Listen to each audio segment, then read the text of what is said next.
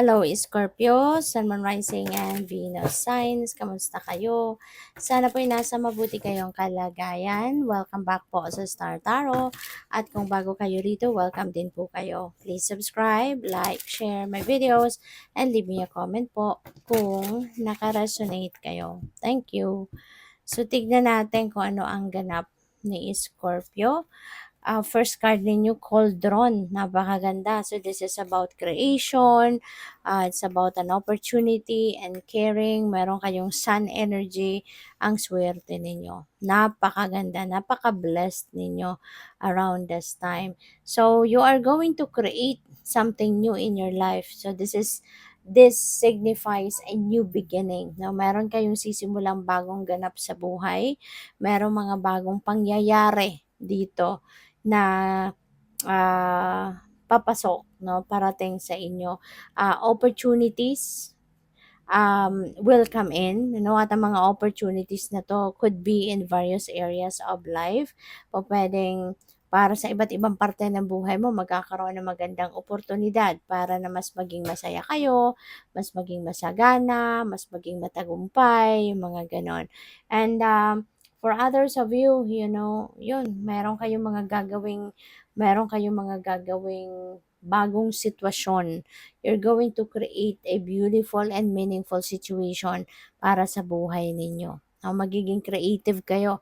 Maaring yung mga creative ideas ninyo, 'di ba? You are going to use them, no, sa ngayon. And we also have leaves, renewal, revival, progress. Mabibisi kayo, maaring mabisi kayo dito with all these blessings na paparating. Kaya nararapat lang, no, ay Scorpio, na kayo ay mag-renew ng inyong sarili. Okay? Para na maging healthy kayo, maging malakas kayo, maging malusog, 'di ba? Para na magampanan ninyo or magawa ninyo kung ano man ang mga bagay na 'to na pagkakaabalahan ninyo, kasi mukhang mabibisi kayo, mukhang madaming mga oportunidad, mga bagong bagay na pagtutuunan kayo ng pansin. So, you really need to renew yourself, okay? Self-care ang kailangan ninyo para mapaghandaan ninyong mabuti ang mga parating, no, na mga pangyayaring ito sa buhay mo. Okay? Things are going to start to progress. All right? Magsisimula na umasenso kayo. Magsisimula ng umalagwa, no, yung buhay ninyo. We also have the sun, which is really positive, very uplifting, very beautiful, very maswerte, at naghahatid ito, no, ng healing energy. Kaya kung meron kayong mga sakit, ang iba sa inyo siguro mga nagpapagamot, or maybe, alam mo yun, nagsa-self, tawag dito, yung nag-aano kayo, yung kayo na yung gumagawa ng way para maibsan yung mga sakit-sakit ninyo sa pangangatawan, maaaring hinihilot ninyo yung sarili ninyo, minamasahe ninyo kunyari kung paa ang masakit, kayo na mismo yung gumagawa nito, yung mga ganyan, no? So, it feels like to me that you are also going to receive that healing energy coming from the universe, coming from the divine, 'di ba? Kaya feeling ko dito magi-improve na or makakaramdam na kayo ng pagsisimula ng pag-improve ng inyong kalusugan, pagbalik ng inyong physical strength and your vitality. Okay? And also, this is a time of success, no? Talagang meron din mga pagtatagumpayan kayo, maaring mga that could be related to work, to negosyo, to finances, that could be related also to your career. So, siguro, magiging successful din kayo sa mga areas na yan. Kaya magiging masaya kayo. You will be feeling happiness. You will be feeling happy and joyful, at magiging komportable kayo sa buhay. Kasi nga, maaari na talaga magiging ano kayo ngayon, maluwag sa pera, maaring maswerte kayo, maraming mga financial blessings ang pwedeng dumating. Kaya you will live, 'di ba, comfortably from here on. So, good luck. And by the way, maraming salamat for subscribing, and if you haven't subscribed yet, subscribe na kayo. And also, maraming salamat for not skipping the ads. Malaking bagay po yan sa akin. And also, please click the join button sa baba ng video kung gusto po ninyo na mag-join kayo sa membership. Salamat! So, what else? We have the High Priestess. Ayan. Sa lahat ng mga pagbabagong ito na maaaring mangyari sa buhay mo, divinely orchestrated ka. No? Ginagabayan ka ng universe, pinapakita, maaring nililid ka ng universe ngayon towards this path of change, 'di ba? Para na mag-thrive ka na, umasenso ka na, mag-prosper ka na, 'di ba? Kaya pakinggan mo lagi kung ano man ang bulong ng iyong intuition kasi that's divine guidance. Then maaring meron kayong mga vision din, no? Baka pinapadalhan din kayo ng universe ng vision so that you'll be able to see at least kung ano yung maaaring mangyari or ano yung dapat ninyong gawin. Alright? So we also have the bard. There is music, poetry, myth, history, the enchantment of storytelling. Maaring iba sa inyo is a writer, no? Maaring magaling kayong magsulat, maaring you're a novelist, mga ganyan, baka nagagawa din kayo ng mga short stories, baka pino-post ninyo or ina-upload ninyo yan online, yung mga ganon. Or, pwede rin, ano, na talagang kayo ay very creative, no? Meron kayong dugong artist, no? Maaring ganon ang ganap ninyo. At baka kayo'y kumakanta or baka kayo nagsusulat ng lyrics, ng kanta, yung mga ganun ba, no?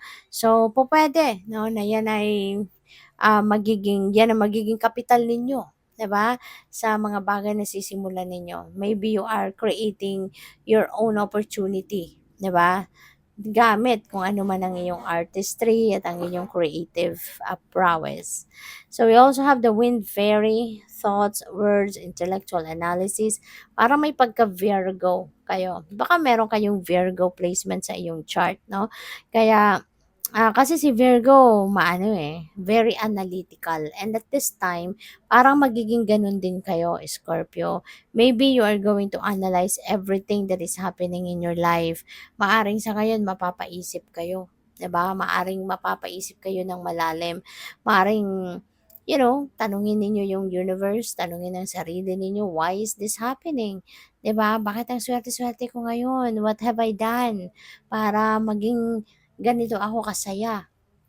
'Di ba? Baka malalim ngayon ang pag-iisip ninyo, and it feels like to me that you are going to analyze everything, Kasi baka ito na yung parang mga breakthrough siguro ang mga mangyayari sa buhay mo. Maaaring breakthrough na 'to kasi baka galing ka sa sitwasyon na talagang maybe you have hit the rock bottom at some point sa buhay ninyo, nahirapan ka. Pero ngayon, 'di ba, unti-unti, no, gaganda na ang inyong sitwasyon. You will be blessed, 'di ba? Different kinds of blessing, 'di ba, will be showered sa iyo ng universe. Kaya maswerte talaga. So, tingnan natin kung ano pa ang ganap for Scorpio.